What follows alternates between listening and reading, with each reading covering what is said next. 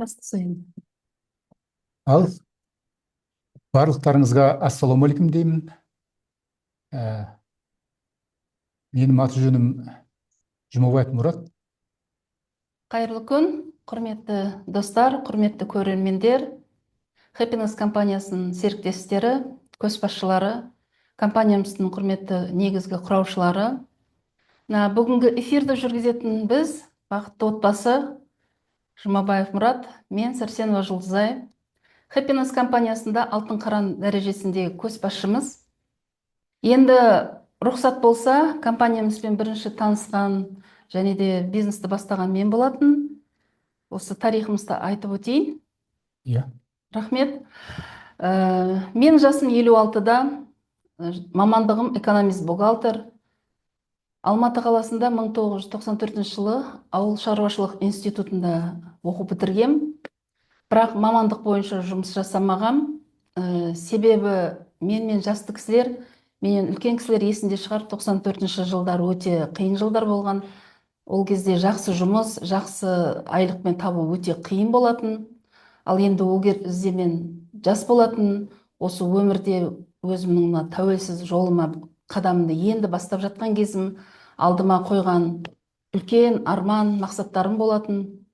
Сол себептен мен ойладым, қалайша кішкентай айлыққа соның барлығын мен іске асырамын, қалай мен ол армандарға жетем деп, мен бір-екі кәсіп болса да көп табыс жерді іздедім. Енді тағы да бір айтып кетер жағдай, өзім Алматы қаласына, Қызылорда облысынан келгенмін. Бұл жерде демеп жеретін таныстарым болған жоқ, көмектесетін туыстарым болған жоқ. Сол себептен табысы мол болса да, кішкентай болса да мүмкіндіктерді жібермеуге тырыстым. Кезінде бір-екі кәсіпті қатарынан алып жүрген кездерімде болды. Магазинде сатушы да болып жұмыс жасадым басында. Кешке қарай пекарня ашып алып, кулинариямен де айналысқан кездерім болды. Кешке көшеде семечкі сатқан кездерім де болды. Есімде бірге оқыған бір сокурснигім мені көріп қойып бір рет күлген. Сен 5 жыл жоғарғы білімді не үшін алдың, бүйтіп көшеде семечкі сатып тұратын болсаң деп айтқан. Сол кезде мен көз жасымды сүрте салып, ары қарай өзім арман мақсаттарымға жолымды жалғастыра бердім. Бір атақты американдық бизнесмен, жазушы, қаржы жағынан бизнес-тренер, өздеріңіз білесіз, Роберт Кийосаки өзінің «Квадрант денежного потока» деген кітабында жақсы көрсеткен болатын. Адам осы өмірде қаржыға 4 жолмен қол жеткізеді деп. Бірінші енді ол наемный работник дейді ғой, біреуге жұмыс жасау. Мен Аллаға шүкір, ол жолда көп жүрген жоқпын. 1-2 жыл ғана саудада, магазинде сатушы болдым да, ол жолдан шығып кеттім. Мен екінші жол кіші бизнес дейді ғой, соған ауыстым сразу. Енді ол жерде әрине өзіңе жұмыс жасайсың, бірақтан табысың оборотқа салған ақшаға, бөлген уақытыңа байланысты. Жаңағы сол семечкі сататын болсаң да, семечкіға да салуға оборотқа ақша керек, оны дайындап сату үшін де уақыт керек. Пекарня, кулинарияда техника, жаңағы азық-түлік алуға, оған да оборотқа ақша салу керек. Оны іске асырып тұтынушыға жеткізу үшін оған да уақыт керек. Сөйтіп кәсіптен кәсіпке өте отырып, мен өзім азық-түлік дүкенін ашуға сондай кәсіпке жеттім. Үшінші жолы енді ол үлкен бизнестің иесі болу. Әрине ол жерде бизнесті жақсы жүргізіп жерсең, адам бизнес иесі өзі тікелей жүрмесе де, басында бизнесте болмаса да, қадағаламаса да, бизнес өзімен өзі табыс әкеліп тұратын жағдайға жеткізуге болады. Енді 4-ші жолы көп адамның арманы деп ойлаймын, ол инвестор болу, ақша саған жұмыс жасаған кез. Енді мен 3-ші жолына MLM бизнес арқылы түсуге болатынын мен білген жоқ болатын.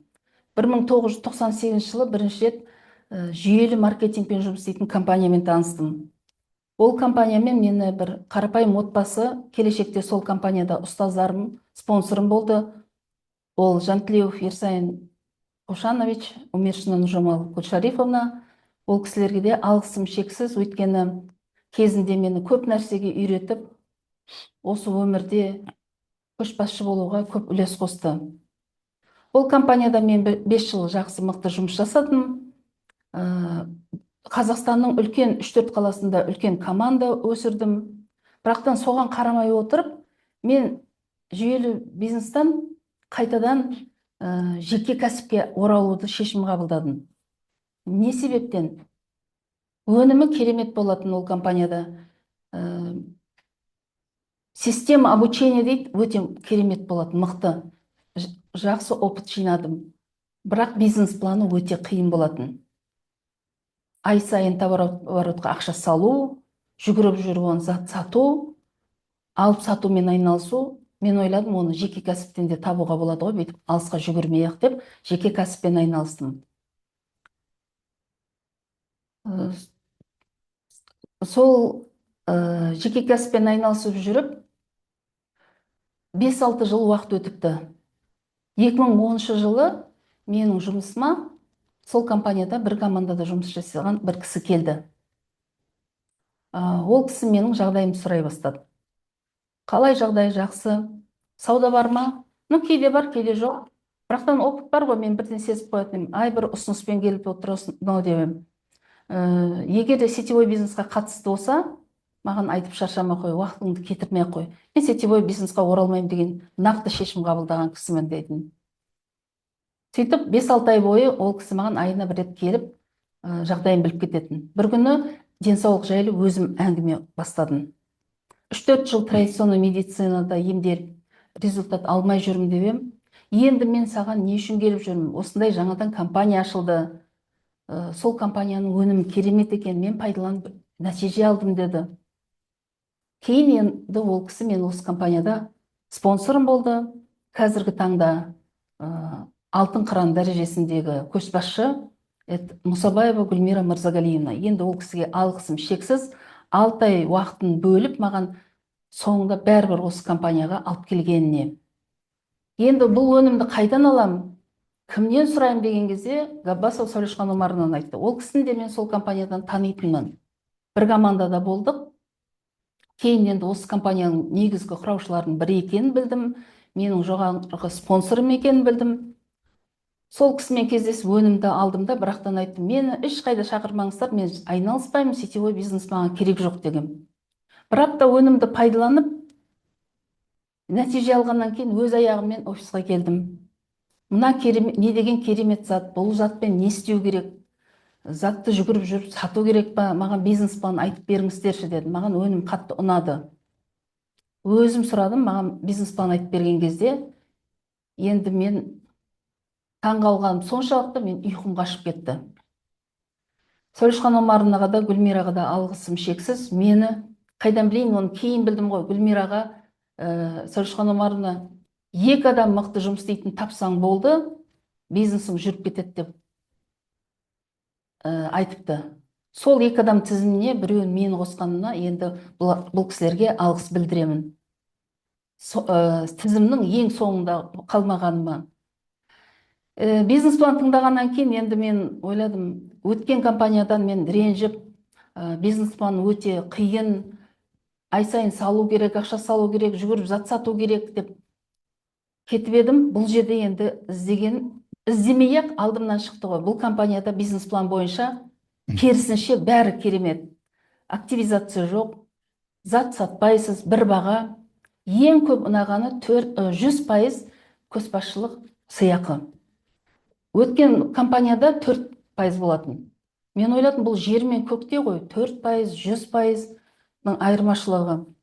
5 жыл жақсы жұмыс жасап, артынан ерген командамды сол сыйақыға жеткізбек түгіл, өзім де жете алмаған кезінде.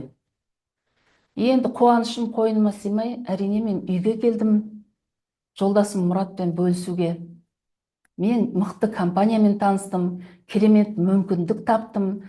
Біз бірге бастайық осындай керемет мүмкіндік дегенде, енді өзі айта жатар, Мұрат маған, ай аңқауым-ай, екі құлағыңа лапшаны іліп жіберіпті ғой, мәз болып келіп тұрсың ғой, не деген ол тегін жатқан ақша деп күлген болатын. Жақындарымда марқұм әкемде айтатын осы, мен түсінбеймін, біздің отбасымызда сенап әйтеуір бірсе табасына жүресің, қайдан ғана іздеп табасың осындай болмайтын дүниені, әлде өздері іздеп сені тауып ала ма? Жақын достарым Жұлдызай жаңа компанияға кіріпті, бізді таныстыруға келеді екен деген кезде олар да қуанған жоқ. 5 жыл бізді тісімізді қалай дұрыс жуу керек, кір қалай жуу керек үйретіп еді, енді бізді емдеуге кірісетін болды ғой бұл қыз деп, олар да қуанған жоқ. Бірақтан алдында айтқандай, мен ол этаптан өткем. Жаңа бірінші компанияның арқасында опыт жинап, маған біреу күле ма, кекете ма, әлде сынай ма, мен шешіме ешқандай ол кедергі болмайды. Сол себептен бизнес жасайын деп мен шешім қабылдадым. Ешкім қолдамаса да, жаңа жеке кәсібімен бірге ала жүріп, бірінші ай мен Happiness компаниясында $700-800 айлық таптым. $100 бірінші аптада, екінші аптада $200, $300, сөйтіп $700-800 ақша тауыппын. Отырып алып ойландым, анализ жасадым. Егер де мен екі кәсіпті жауып, бұған толық кірсем, сонда мен қандай табысқа жетермін деп, екі кәсібімді жауып, екінші ай толық кірісіп, 2,5 айда 1 цикл жаптым, 10 айда 10 цикл жаптым, бірінші жылы 12 цикл жаптым. Кейін Мұрат қосылып, бизнесқа келесі статустарымыз тез әрі жеңіл жабыла бастады. Осы желі маркетингке мен бірінші келгенде спонсорларымыз айтатын, армандаңдар, мақсаттарыңды алдарыңа қойыңдар, оған қарамастан альбом, коллаж, мечты жасаңдар деп. Сол кезде мен түсінбейтін, не деген баланың ісі ғой ол, сурет клейлеп деп, шын көңілмен, бірақтан спонсор айтқаннан кейін жасайтын. Бір семинарда, Москвада болған, Лужники Ледовый дворецте семинар өтті. Сол семинарда 10 000 халықтың алдында менің бір арманым туылды. Сол 10 000 халықтың алдында үлкен дәрежеге жеткен көшбасшылар, отбасылық көшбасшылар әдемі көлікпен сахнаға алып келіп, керемет киіммен, өздерінің тарихтарымен бөлісті. Ол кезде мен басым бос болатын. Мен ойладым, мен де өзім жолдасым кездесем деп, сол альбомға бір әйтеуір жігіттің суретін тауып клейлеп, менің жолдасым болады. Осы бірге бизнес жасаймыз, осындай жетістікке жетіп, біз де осындай марапатқа ие боламыз деп, менде арман сол кезде туылған болатын. Кейін ол компанияны тастап кеткеннен кейін жеке кәсіпте отырып, есіме түсіп күлгім келетін. Ал енді дүкенде, бутикта, мына кәсіпте сахна да жоқ. Енді ол кезде мен Мұратпен танысып, отбасын құрдық қой, қандай марапат деп күлетін. Кейін енді Happiness компаниясына келгенде сол арманым есіме түсіп, мен Мұратқа келіп айтпайын ба, керемет мүмкіндік, бизнесті бірге бастайық, бірге жетістікке жетейік. Мұрат, сол кезде сен маған не айтқаның есіңде ма? Басында келіспеп едің. Кейін енді мына бүгінгі біздің эфирдің тақырыбына байланысты Happiness компаниясына бірге болуға таңдауың не себеп болды? Сонымен бөлісіп өтсең. Рас айтасың, Жұлдызай. Есімде, оны ұмытпайсың ғой. Happiness компаниясына кіріп, ең алғаш осы өнімдерді алып үйге келіп, сол мені күтіп отырғаның, сол өнімдерді енді жақын адамдардан жаңағы тексеру керек қой, жақын. Сонда Мұрат, осындай керемет компания таптым, керемет өнімдері бар екен дегенде, ол қай жердің компаниясы деп сұрадым. Сонда сен айтқасың, Қытайдікі деп. Қытайдікі болса, онда мен өнімдерімді ішпеймін, өзің еш. Егер де 1 жылда саған ештеңе болмаса, содан кейін барып мен ішемін деп айтқаным рас. Содан кейін сен жаңағы бизнесқа сол бірге отбасы болып істейік деген сөзіңде есімде. Содан кейін көрген жерде спонсорымыз жаңағы Гүлмира Мырзағалиқызы да, одан жоғары спонсорымыз Сәулешхан Омарқызы да, ол кісілер де айтатын: Мұрат, қашан бізге бизнесқа келесің, қашан қосыласың деп. Сонда мен ол кісілерге уақыт келгенде қосылам, келем деп құтылатынмын. Неге десең, енді осы менің өмірімдегі ең бірінші осы желелі бизнес дейді ғой. Happiness компаниясы бірінші бизнесім болғаннан кейін, шындығына келетін болсақ, мен қорықтым. Неден? Бірінші мен ойладым: Жұлдызай, сен екі сүмкі толтырып өнім салып алып, мен екі сүмкі толтырып өнім салып алып, ағайын туған туысқандарымыз бар, құда жекжат бар, достар, таныстар бар, солардың үйлеріне барып, жабысып, сатып, сөйтіп жүретін шығармыз деп ойладым. Содан кейін екінші қорқынышым, енді ол қорқыныш емес, оны үрей деп айтуға да болады, күмән деп айтуға болады. Күмән жақынырақ білетін шығар. Компания 2-3 жыл жұмыс істегеннен кейін жабылып қалса, бір емес екі магазин жауып тастадық, жұмыстан шығып кеттік, ар жағы не болады екен деген күмән болды. Содан кейін үшінші, енді мен оны ойлаймын, өзімнің сол кездегі ойымның кедейлігі шығар деп. Сол жаңағы ағайын туған туыс, достарым, таныстарым: мына Мұрат жап жақсы жұмыс істеп жүреді, мына желелі бизнесқа кіріп алыпты деп айтатын шығар, мен туралы не ойлайды екен деген. Мінекей осы үшеуі мені бірден шешім қабылдап Happiness компаниясына келуге кедергі жасады. Басында сен айтып едің осы Happiness компаниясының маркетинг планы туралы. Ол басқа компаниялардағы сияқты емес, Мұрат.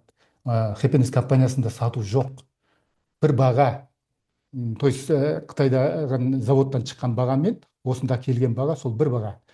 Содан кейін жаңағы өзің айтқан жаңа көшбасшылық 100% лидерский дейміз ғой.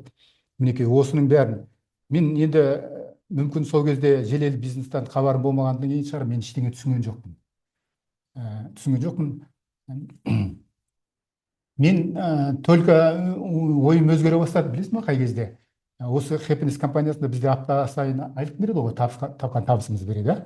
Сенің бір аптада алып деген табысың менің бір айлығымнан 10 есе жоғары болған кезде барып мен ойым өзгере бастады. Мінекей сол келген себебім. Айтады ғой, ұмтылып биіктерге қадам бассаң, қолыңнан бәрі келеді, талаптансаң. Өтіп кетер өмірің бақытты шақ, шаңыраққа ойланып қарап жатсаң. Бас ауыртпа қиялдар мен елестерге, сен жетесің асулар мен белестерге. Уақытыңды жұмсама ешқашанда, бақытыңды көре алмайтын көрместерге. Демекші, мен уақытымды басқаға жұмсағанша, осы Happiness қазақша аударғанда бақыт қой. Бақыт компаниясы құшағын ашып тұрғанда неге шешім қабылдап келмеске деп келгенім сол болды. Жалпы жаңа өзің жоғарыда айтып кеткендей, енді осы көпшіліктің негізгі арманы өзіне өзі жұмыс істегілер келеді. Шағын болса да бір бизнес ашқылар келеді. Енді оның өзі үлкен қомақты қаражат керек оған ашу үшін. Сосын олардың өздерінің ойындағыдай табыс әкеле ма, жұмысы жүре ма, ол да белгісіз. Енді біз Happiness компаниясында өзіміздің жаңағы денсаулығымызға керекті өнімдерді алдық. Сол ашылған ID номермен бүгінгі күнде алтын қыран қатарында болып отырмыз. Ол да өте үлкен жетістік деп айтамын. Содан кейін мен осы көрермендерге айтар едім, Happiness компаниясында істесеңіздер, отбасы болып, ерлі зайыпты болып жұмыс істеңіздер. Неге десеңіз, өйткені екеуіңіздің тілеуіңіз де ортақ, арман мақсаттарыңыз да ортақ, дұрыс па? Табыстарың да ортақ, иә? Енді Жұлдызай, біздің алға қойған әлі жоспарларымыз көп, асатын асуларымыз көп, жететін белестеріміз көп, оны өзің жақсы білесің. Рахмет. Енді Мұрат, есіңде ма? Басында өстіп компанияға келіп бастаған кезде мен саған мына өнімдерді ішу керек, саған профилактика жасау керек дегенде сен маған бой бермейтінсің. Енді сол профилактика не үшін жасаймын? Мен ішерім ауырмайды, мазаламайды, денсаулығым жаман емес, жақсы. Неге мен ішуім керек деп айтатынсың. Енді қазір сол өнім пайдаланғаннан кейін белгілеп өтетін нәтиже болды ма? Және де біздің өнімдер туралы не айтар едің? Енді әрине нәтиже болды. Енді менде бір белгілі бір ауыр болмаса да, мысалы бір екі үшеуін айтып кетейін. Осы жасым 20 жасымда әскерден келген кезім ауылда төбелесіп, сол жақ осы шекемнен жақсы соққы алған. Мына ер азаматтар біледі, негізінде анау машинаның моторын бұрап отыратын рукоятка болады, темірден жасалған. Сонымен ұрып жіберіп еді. Содан больницаға барғанбыз, 7 сантиметр осы жақ шекем жарылған, тікті, айтты, докторлар айтты, соққы қатты болған, сотрясение дейді ғой. Жоқ дегенде бір 3 күн қозғалмай жату керек деп. Енді жастық кез, ол кезде жатасың ба? Bir күнде жатқан жоқпыз. Соның зардабы маған, білесің бе, 35 жастан асқан кезде уже шыға бастады. Ол кезде Астанада жұмыс істеп жүргем. Біздің жұмысымыз президентский поликлиникаға қарайды. Сонда барып, жаңағы сол больницаға докторларға барып көрген кезде олар негізінде дұрыс диагноз қойды. Сол алған соққыңнан мына тамыр қысылған, қан жүрмейді, кислород жөнді жүрмейді, содан бас ауырады деп, айына 3 күн жаңағы ауырады басым, сәл кішкене рвота болады, жаңағы құсқым келеді деген сияқты. Сол 5 жыл мені емдеді сонда, бірақ ол жерде ешқандай нәтиже болған жоқ 5 жылда. Кейін осы Алматыға келгеннен кейін екінші жаңа көрген нәтижем, ол кезде банкіде жұмыс істеп жүргем, өзің білесің, күнде маған өнімдер салып бересің, бүйрек чайын салып бересің, сол жерден ішіп отыр деп. Соны ішіп жүріп, менде бір күні бүйректен приступ береді. Содан скорый шақыртып, мына 12-ші қалалық больницаға апарып, олар мені УЗИге салды. Сол кезде оларда дұрыстапты, мына бүйректе тас болған, көрдіңіз ба, орны қызарып тұр. Сол каким-то образом түсіп қалған деді. Бірақ мен оны өзім білдім, жаңағы өзіміздің Happiness-тің өнімдерінің, чайдың, бүйрек чайының соның түсірген. Енді оны докторлар айтқан жоқ, өйткені олар түсінбейді ол кезде. Содан кейін үшінші осы Астанада жұмыс істеп жүргенде 2000 жылы, ол кезде жасым 34-те болатын. Жұмыста бізді мәжбүрлеп, сол жылда қалада өтетін марафонға 10 километрге жүгіткізді. Сонда сол мәреге жетпесеңдер, жаңағы премияларыңды решать етіп тастаймыз деп бастық қорқытады, мәжбүрлейді.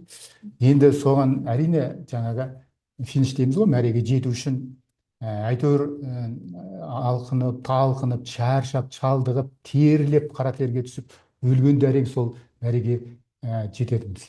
Содан кейін осы арада 18 жыл салып, 2018 жылы осы Алматыдағы жылда өтетін, сәуір айында өтетін марафонға осы Happiness компаниясының бірнеше адамдары, Рәсихан Омарына бастаған, біз өз еркімізбен сол 10 километрді жүгірдім.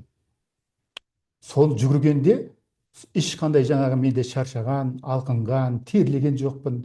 Как будто сол 10 километрді мен күнде өзім жүгіріп жүргендей емін-еркін жүгіріп келдім. Сонда барып мен жұлдызай түсіне бастадым. Жаңағы мына ағзаның, профилактика деп өзің айтқан жаңағы ағзаның алдын ала тазаланып жатқанын, өзімнің мына бойымдағы жаңағы нәтиже, жаңағы басымның ауырғанын ұмытып кеткенмін ол кезде. Сол жаңағы айына 1 рет ауыратын, неке осындай жаңағы нәтижелер болды.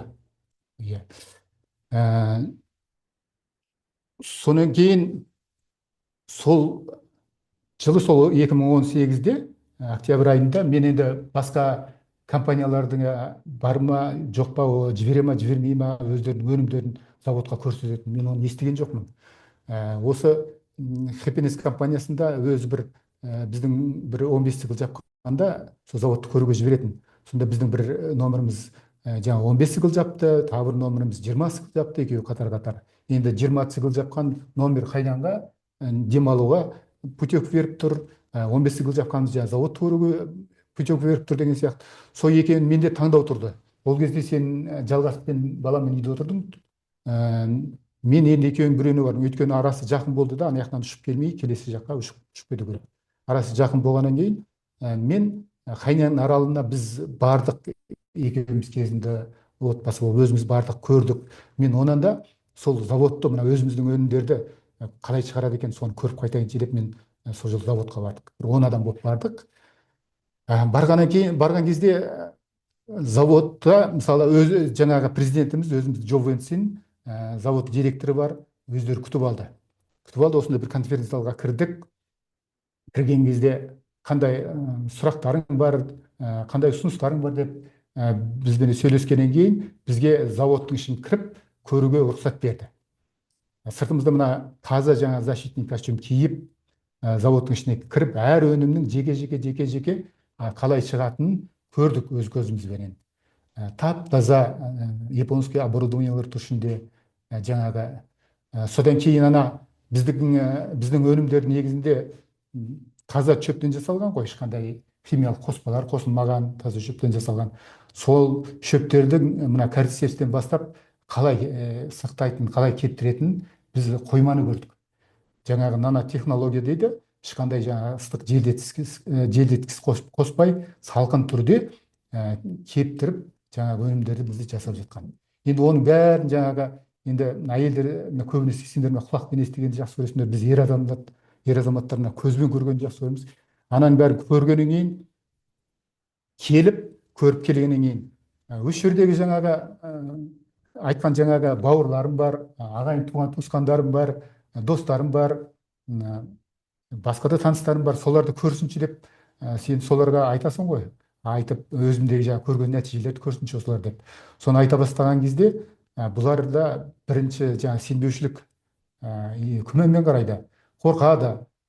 Содан кейін әйтеуір сенің көңіліңе қарап, арқаңнан қағып шығарып салады. Содан кейін басқа адамдарға айта бастайсың. Басқа адамдарға айта бастаған кезде олар не дейді? Олар ақша жоқ дейді. Мына ішімдікпен темекіге келгенде ақша табады. Содан кейін әйелдер тойға барғанға, тойға жаңа көйлек алуға келгенде оған да ақша табады. Енді ол өзіңде бір нәрсемен қуанту керек қой, өзіңді де. Содан кейін мына денсаулық туралы айта бастағанда, сендердің өнімдерің қымбат дейді. Мен айтар едім, қымбат емес ол. Қымбат болады, сіздерге белгілі бір ауруларыңызға диагноз қояды ғой, сол кезде қымбат болады. Қымбат болады, мына жүйкеңді жұқартып, алтын уақытыңды кетіріп, әр доктордың алдында кезекте тұрған кезде қымбат болады. Қымбат болады, мына дәріханаларға барып, қымбат дәрілер алған кезде. Болмаса, сіз мен қазір күте тұрайын, ақша жоқ десеңіздер, сіздердің ағзаларыңыз күте тұрмайды. Бір күн, әлгі қазақ айтады ғой, чөлмек 1000 күнде сынбайды, бір күнде сынайды деп. Ағзаларыңыз сынады. Содан кейін бар өздеріңізді жұбатасыздар. Бұл енді жасымыздың ұлғайғанды ғой деп. Жоқ, өйтіп өздеріңізді алдамаңыздар. Бұл мына сіздер мен біздердің жылдар бойы ішкен жеген зиянды тағамдарымыз, мына жұтқан лас ауаларымыз, иммунитет адамда мәңгілік емес қой. Ол да әлсірейді. Оған егерде жаңағы дәрумендермен қоректендірмесек, ол жай ғана жеңіле салады. Happiness компаниясында өнімдерді бізде жақсы, өте керемет ойлап тапқан. Неге десең, біз доктор емес, бізде белгілі маманды неміз жоқ, дипломымыз жоқ. Бұл жерде 3 жолы бар. Біріншісі жаңағы ағзаны тазалайды. Екіншісі сол тазалаған ағзаға қорек береді, қоректендіреді. Үшіншісі сол жаңағы таза қалпында ұстап тұрады. Біз енді осы күнге дейін өзімізде қазір ішіп жүрміз ғой. Енді мына қазір күнделікті ішіп жатқан тағамдарымызға байланысты бәрінде химия қоспалар бар. Жұтып жатқан ауамыз таза болмағаннан кейін біз де осыны тазалап ұстап отырамыз. Содан кейін мен айтар едім, осы адамның негізінде осы 90% осы денсаулығы өз қолдарында. Қалған 10%-ын мына традиционный медицина дейді ғой, бір экстрем случай, сол кезде ғана керек. Негізінде мына денсаулыққа үлкен жауапкершілікпен қарау керек деп. Керемет результат, нәтиже. Менде есімде басында Мұрат жаңағыдай. Мен бәрі ішерім ауырмайды, мазаламайды, не үшін ішем деп. Әйтеуір бастап осындай нәтижеге жеткен кезде бір күні 7 жылдан кейін ғана айтқан болатын. Мен профилактика деген не екенін түсіндім деп. 7 жылдан кейін өтсе де. Не түсіндің десем, айтады ғой, 7 жылда менің ағзам тазарып, қалпына келіп, сақтап қалыппын дейді. 7 жылда бері менің айналамдағы кісілерге аурудың үстіне ауру жамалған, ал менде денсаулығымды тазалай отырып, нәтиже ала отырып, мен сақтап қалыппын деді. Ол енді керемет нәтиже. Енді Мұрат, одан да басқа осы Happiness компаниясында уже жұмыс жасап жүріп, бойыңда басқа да өзгерістер байқадың ба? Өзгерістер енді бізде Happiness компаниясының да мен мысалы ол тек қана мына денсаулықты күту емес, ауруды алдын ала алу емес, онымен бірге мына қалтамызда өсті ғой, ақшада, да? Қалтамызбен қосып, біздің мына білімімізді де дамытуға өте үлкен үлесін қосып жатыр. Қазірдің өзінде. Біз көп сабақтарға қатысамыз, бізді көп оқытады, бізде даже компания өзі әр саладан мықты лекторларды жібереді. Бизнес жағынан бір лектор, жаңағы денсаулық жағынан бір лектор деген сияқты. Содан кейін отношение дейді, адамға қарым-қатынас жағынан да бізде өте жақсы сабақтар. Өздерімізде де базовый семинарлар болады. Өздерімізде оқытамыз, кітаптар оқимыз. Бұл жерде дамытамыз өзіміздің ой-өрісімізді.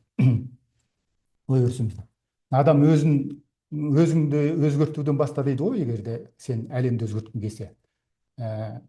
Бізде мысалы пенде болғаннан кейін, адам болғаннан кейін, жаңағы әр адамда мысалы жақсы жағынан, жаман жағынан мінездер болады. Соны жақсысын жасырып, жаманын асырамыз. Сосын әлсіз мықты жақтарымыз болады. Сол әлсіз жақтарына қуат береміз, жігерлендіреміз.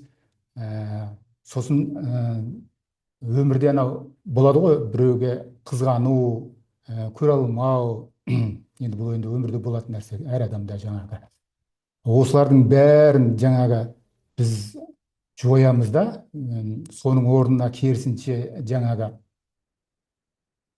мына сабырлық, шыдамдылық, қайсарлық, бизнесте жүргенде қайсарлық керек. Содан кейін кешірімді болу керек. Осы жолда бір өзіміздің ақынымыз былай деген екен, Мұқағали Мақатаевтың осы жақында 95 жылдығы болды, барлықтарыңыз білесіздер. Сол кісі былай деп айтып кеткен екен. Мейлі біреу сені дұшпан санасын, мейлі саған жаман көзбен қарасын, сен оларға жақсы көзбен қарай сал, сонда олардан жоғарылау боласың. Бұл өмірде неше түрлі адам бар, сен туралы білмей жатыр жамандар. Мына сені жек көретін біліп қой, өзің жақсы көре алмайтын адамдар. Сол үшін де өзіңді жақсы көр. Алдарыңнан шықсын десең жақсы жол.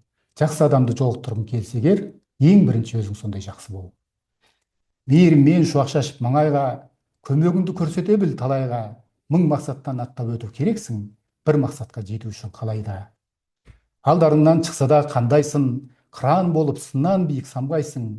Кешіре біл біреу сені ренжітсе, кешіргеннен кішірейіп қалмайсың дейді. Мінекей біз сондай кешірімді боламыз. Содан кейін жаңа өзіміз жақсы көруіміз керек. Бізде өмір бақи басқа біреулерді жақсы көр деп өсірді ғой. Ешкім өзіңді жақсы көр деп айтпады. Мына өзімізді кінәлауды тоқтатуымыз керек. Біздің бойымызда негізінде біз бір қыранның, бір жаңа көшбасшының жеткен жетістігін көрсек, оған кез келген адамның қолынан келеді. Оған тек қана мен жоғарыда айтып кеткендей, осы елдер мен туралы не айтады деген ойдан айырылу керек. Сол кезде барып, содан жаңа айырылған кезде, соны уже миыңнан шығарып тастаған кезде, сол кезде барып сенің жолың ашылады, жұмысың жүреді, бизнесің осы өрлей береді. Мен осыған 100% көзім жетті. Содан кейін мына қоршаған ортаға да байланысты. Мына бізді бірге істейтін серіктестеріміз бар, көшбасшыларымыз бар. Одан кейін компанияны басқарып отырған басшылар бар, сол кісілерге де байланысты. Айтады ғой, жақсы басшы жол көрсетеді, керуеннің басы біліктілікте болса, көш азбайды дейді. Мен осы бүткіл осы Happiness компаниясына көшбасшылардың атынан да айта аламын, мақтан тұтып айта аламын, біз бақыттымыз жұрттай. Неге? Өйткені біздің Happiness компаниямыздың президенті Джо Вон Син мырза, ол кісі өзінің алдын 20 жыл бұрын көретін ұлы адам ғой. Содан кейін компаниямызды басқарып отырған генеральный директорымыз Разихан Омарқызы, Райхан Омарқызы, Сәулешхан Омарқыздары, мысалы, сол кісілердің арқасында мен бүгін осы эфирді пайдаланып алғысымды айтқым келеді сіздерге. Біз сияқты қаншама отбасылары бақытты, ол кісілердің арқасында біз сияқты қаншама отбасылары бақытты өмір сүруге мүмкіндік беріп отыр осы кісілер. Содан кейін енді бизнеста жүргеннен кейін өзіңнің жаңағы көшбасшылардың арасынан бір адамды үлгі тұтып аласың ғой. Мен осы Happiness компаниямыздың күміс қыраны Құпан Байболатұлы туралы айтар едім. Ол кісі не дейді? Ол кісі айтады ғой, мына 50-ге келгенде Мұрат, енді өмір басталады дейді. Ол біз бәрімізге айтады. Неге? Мен соның мағынасын түсіндім. Өйткені біз мектеп қабырғасында жүрген кезде, бала кезімізде, қыздар да, ұлдар да армандайды, алдыға арман мақсат қояды ғой. Сонда қыздар айтатын, біз мектеп бітіргеннен кейін жоғарғы оқу орнына түссек, диплом алсақ, содан бір жақсы жұмысқа орналассақ, жақсы бір күйеу тауып, жаңағы сол жаңағы енді мына Сейчас, секунду. Запись включен. бейнетінің зейнетін көреміз деген шағында не істейді? Немере бағып үйде отырады. Мен ойлаймын, сол кісілер жаңағы балаларды өсіріп, бәрін адам боламыз дегенше, жаңағы мейірімін, махаббатын соған көңіл бөле алмайды да, кейін сол немере тәтті болатын шығар деп. Жақсы ғой немереден әрине. Бірақ сол баласы, келін баласы келіп, апа, әке, біздің баламызды бағып отырсыңыздар, шетелге барып саяхаттап келіңіздерші, болмаса санаторияға барып демалып келіңіздерші деп қолдарына өтеу ұстатып жатса, нұр үстіне нұр болар еді ғой. Енді ондайлар бар ғой, бірақ та аз-ақ саусақпен санарлық. Көбі керісінше жаңағы келін балам жұмыс істесін, ақша тапсын деп баласын, немересін қарап отырады. Сонда бір сенбі жексенбіге келгенде, енді мен балаларыма өздерін қараңдар, мен жаңағы қонаққа барамын десе, келін баласы ренжіп жатады. Ой, мама күнде қарап жүрген немереңіз еді ғой, енді бізде достарымызбен кездесейік деп едік деген сияқты. Мен естіп жүрмін ондайды көп. Ал енді жаңа Құпан Байболатұлына келетін болсақ, ол кісі жасы 80-нен асса да, қазір бізбен бірге бизнесін жасап жүр. Содан кейін өзінің жаңағы, енді ол кісі дана кісі ғой, өзінің жаңағы бүткіл білгенін бізге бөлісіп, бізге үйретіп жүр, сабақтар өткізіп жүр. Қай жерде Happiness компаниясы ашып, сол жерге ұшақпен ұшып барады, сабақтарын өткізіп қайтып келеді. Бізбен бірге саяхаттайды шетелге. Содан кейін енді ол кісіде де немере бар ғой, немереміздің шөбересі бар, сол немересіне жаңа оқуының ақшасын төлеп беріп жатады. Мен ойлаймын, енді ондай енені баласы былай қойғанда, жаңағы келіннің өз төбесіне көтеретін шығар деп жылзай. Мінекей сол Құпан Байболаттың сол кісінің сондай жақсы жағынан мысалы үлгі алғым келеді. Ол бізге мотиватор ғой деп біз көреміз ол кісіні. Біз ол кісі бизнес жасап жатқанда біз не мына әлі, енді біздер жас емес, біз жасымыз, біздікі 66-лар биыл алды 60-ға келіп жатырмыз, алды 60-тан асып жатыр, арты 60-ға келіп жатырмыз. Енді сол Құпан Байболаттың сөйтіп жігерленеміз көргенде. Мұрат, менде мынандай сұрақ қоятын кісілер болады. Сіз Happiness-да келе салып, бір айда әлі үлкен жетістікке жетпей тұрып, 2 бизнесті жауып тастадыңыз, жеке кәсіпті. Соған қалай қорықпай сондай шешім қабылдадыңыз, және де өкінген жоқсыз ба деп. Енді мен өзің де білесің, шешім қабылдасам, ешқашан да артқа шегінбейтін адаммын. Енді қазақта да бар ғой, біз тек алға дегенді білеміз, алға жүреміз, енді артқа шегіну керек болса, бұрыламыз да ой жаққа да алға деп жүреміз. бізде тек қана алға ғана жүретін бағыт бар. Сол енді өзінде мына желі маркетингті көбінесе әйел адамдар, сен осы шешіміңе өкінбейсің ба? Өзі негізі өкініш бар ма бойында? Өкініш, енді оған бір әңгіме айтайын. Жасы 70-тен асқан 10 мың қарияны жинап алыпты да сауалнама қойыпты. Тақырып өткен өмірлеріңізден өкініш бар ма? Өзім қойған сияқты. Сонда солардың жаңағы берген жауаптарын жинап, қорытындылап анализ жасағанда негізгі 4 бірдей жауап шықты. Біріншісі, аз саяхаттағандар туралы жазыпты. Мына әлемдегі Алланың берген мына керемет табиғатын аз көргеніміз, басқа елдерге бармағанымыз, олардың салт дәстүрін, қалаларын, көркем ғимараттарын көрмегеніміз. Содан кейін екіншісі, өздерінің денсаулықтарына көңіл бөлмегендер туралы. Үшіншісі, отбасына көңіл бөлмеген. Көбінесе ер азаматтар таңның кешке дейін жұмыста отбасын бағу үшін. Бала кішкентай кезінен тәрбие көрмейді әкеден. Содан кейін аналары кінәлап жатады. Бұл не тәртібі бұлай болып кеткендер. Мысалы, олар да тәрбиенің жаңағы әкеге де байланысты ғой, тәрбие берген. Төртіншісі, ең негізгі, бұл өздерінің жақсы көрмейтін істермен айналысқандар, өздерінің уақыттарын жоғалтқандар. Жаңа барлық ресурсын, барлық жастық шағын өздері сүймейтін іспен айналысқандар туралы айтыпты. Енді мен жаңа өзім маған айтып келетін болсам, мен өкінбеймін. Мен қайта қуанамын. Бізге осындай Happiness компаниясы осындай мүмкіндік берген үшін. Мен жаңағы айтар едім, саяхаттау жағына келетін болсақ, Happiness компаниясы жылда бізге шетелге саяхаттауға жолын көтеріп береді. Ол да бір мысалға айта кететін болсам, Малайзияға бардық, Куала-Лумпур қаласына.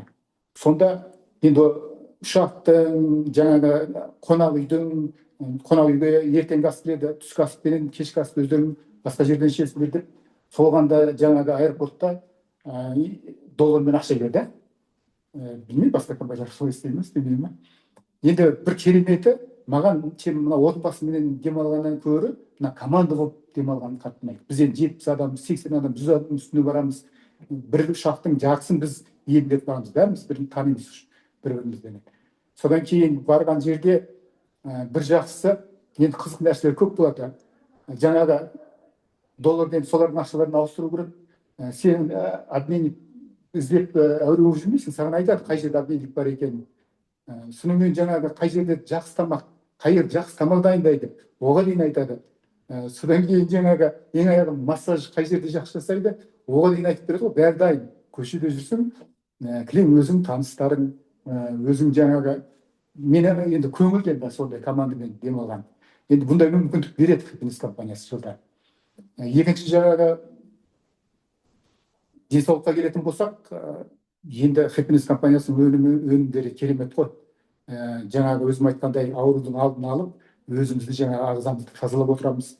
Мен енді ол жағынан да бізге жақсы болды деп айта аламын Happiness компаниясына келгенім.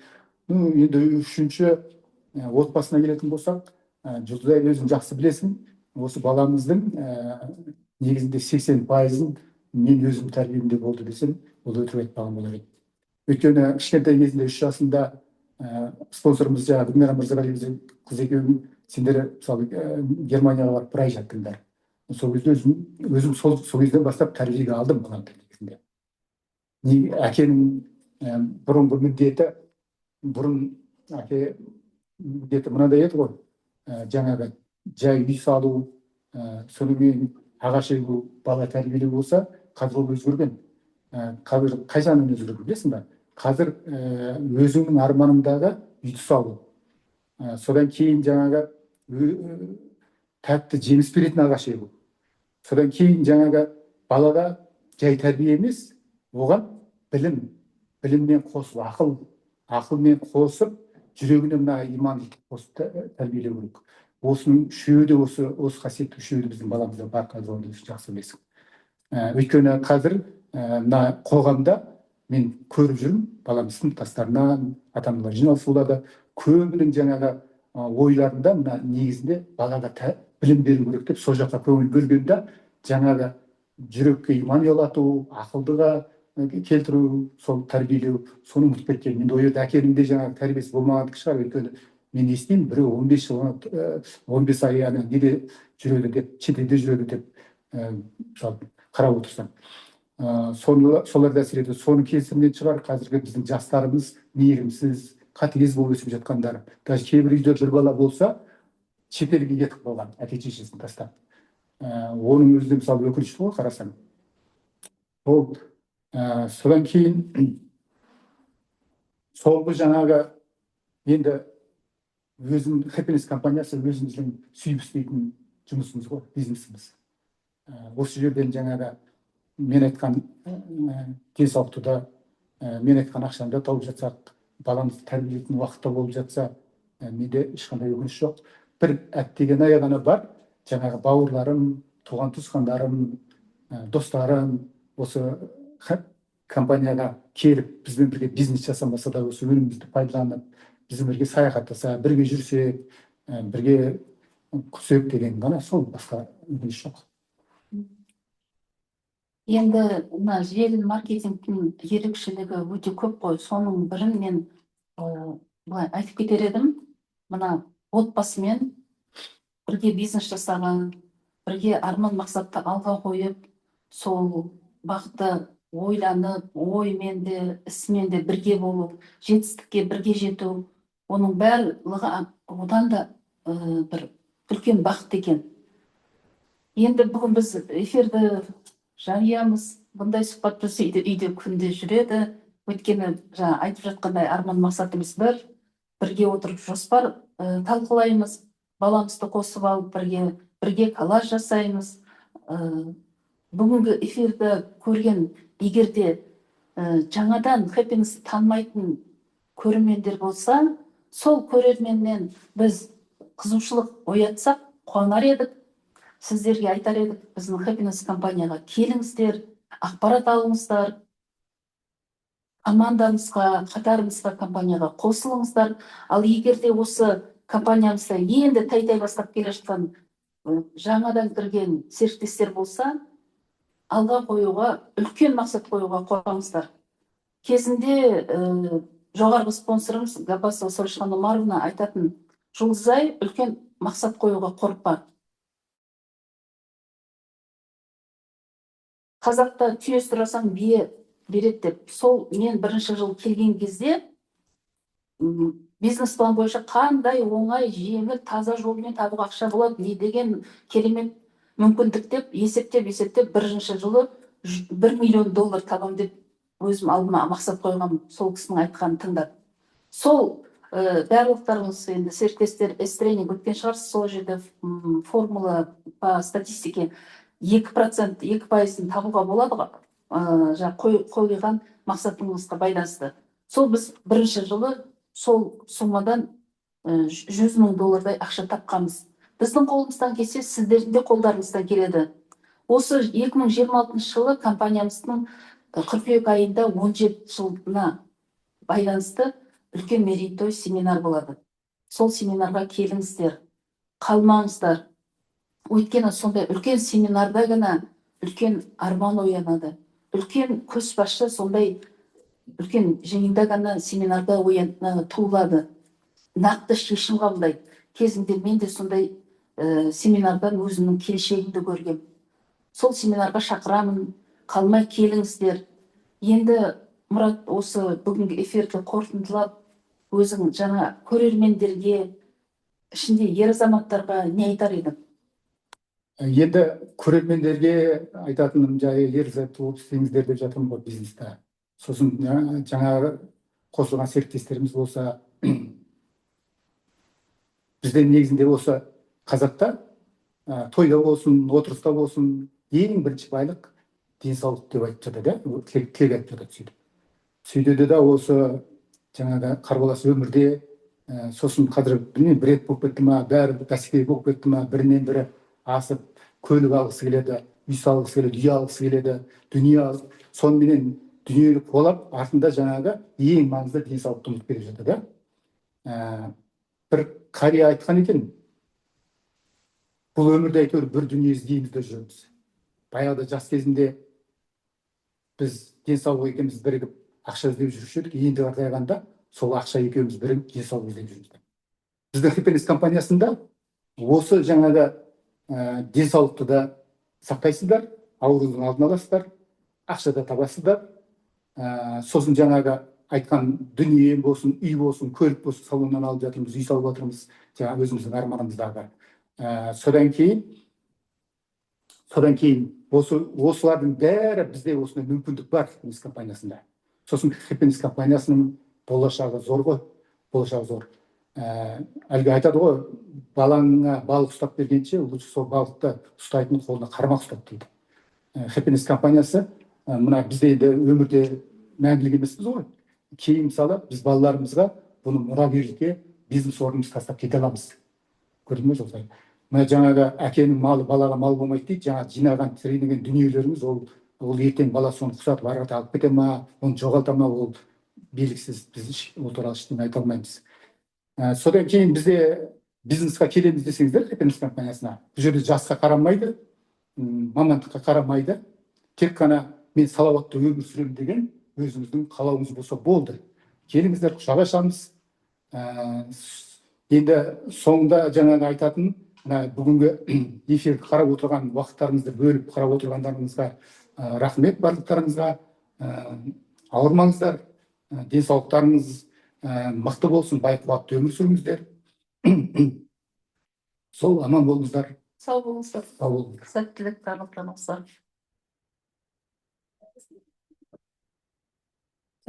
Можно?